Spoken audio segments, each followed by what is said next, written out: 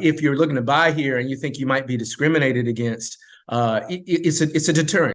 That's Prince George's County Councilman at Large Mel Franklin talking about plans by the council to crack down on reports of home appraisal bias with the real estate appraisal bias ban of 2023. The bill, expected to pass in November, would clarify a ban on home appraisal bias, direct an agency to enforce that ban, provide education, and according to Councilman Franklin, impose a $10,000 fine on real estate appraisers who discriminate against homeowners in the county. What we're saying to the real estate appraisal community, become more conscious of the possibility that hidden racial bias is entering into your real estate appraisals, because that $10,000 fine is real. For 2 years, we profiled serious allegations of home appraisal bias in Prince George's County and throughout Maryland. Jacqueline Priestley and her husband said their Bowie home was undervalued by about $500,000.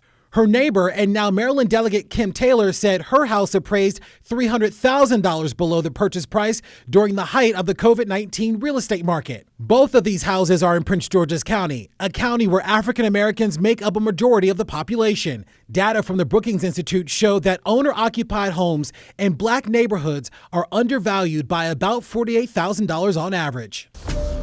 Since our initial reporting, the Biden administration enacted nationwide policy changes to create greater transparency and address bias in the home appraisal process. Similar changes were made in the state legislature in Maryland, and now the Prince George's County Council is getting involved. We are looking to ensure that people looking to buy can have confidence that when it's their time to sell their home, that they will get a fair market price in this investment, which is your biggest asset for most families. Larry Miller with us now to talk more about this. Yeah. Hey, guys. Hi, there's so much to this, and you've been doing a good job kind of helping us weed through it. But does the proposed law by the Prince George's County Council address some of the concerns of homeowners? Yeah, so I think the big piece in all of this was that homeowners felt like there wasn't an enforcement arm in all of this, right? They felt like, well, they have these cases where they say there's been some sort of discrimination, right? But where do you go once you've reported that? One problem is that we don't have a lot of information in the reporting arm. The state itself is not, hasn't been able to collect a lot of information because people aren't coming forward with these allegations to the state that actually they should be reporting it to, which is a statewide agency.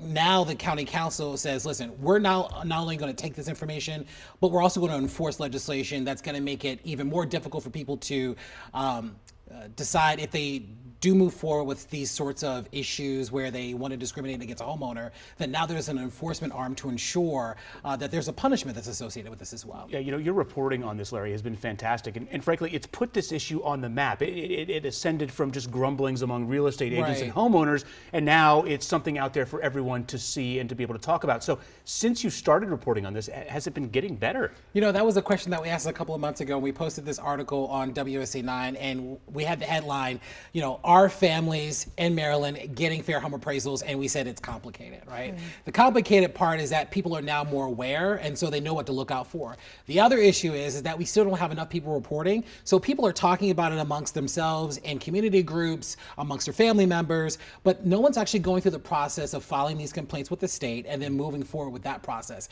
But there's a reason to that, is that you think about purchasing a home, you only have a limited amount of time once a contract is signed to getting to closing. Yeah. If something pops up during that window of trying to get to close, that could complicate the process, delay the loan agreements, and make things a lot more costly and kind of extend the time in all of this as well. Well, I was just thinking, from a viewer's perspective or someone watching this tonight, maybe thinking, what do I even begin to look out for? What should sellers and those refinancing look out for? It's all kind of intimidating. It is, but there are certain things that you can do right now to help protect yourself. One of the most important things that you can do is that before you have an appraisal, remove any and everything that shows any sort of indication about who you are or your family itself. So any crosses that you have, they need to come down. Photos of your family need to come down as well. Because the idea is that you want to give the appraiser a blank canvas in terms of what they should be looking for and seeing what is the family for this house and having them appraise in that way. The next thing you want to do is look at what sorts of things that you've done to your home that can increase the value.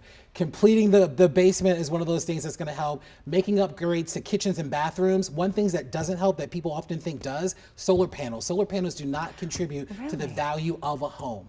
So if you get solar panels on your house, do not expect a dollar return on the value of your home when it comes to that. And also, if something doesn't make sense in a home appraisal, go ahead, file a complaint, or ask for a reconsideration of value. Yeah, but back to that first point that you made, it's just a shame that you have to literally hide who you are Right. in order to be treated fairly. It's just ridiculous. Or even have to keep such, staunch records of value, right? Just try to keep track of everything so meticulously, and here we are. Yeah, It's frustrating. So things are getting better, but it's a slow process. The more we know, the better things we get. Yeah, well, one step at a time. One step at a time. All right, thanks, Larry. Thanks, guys.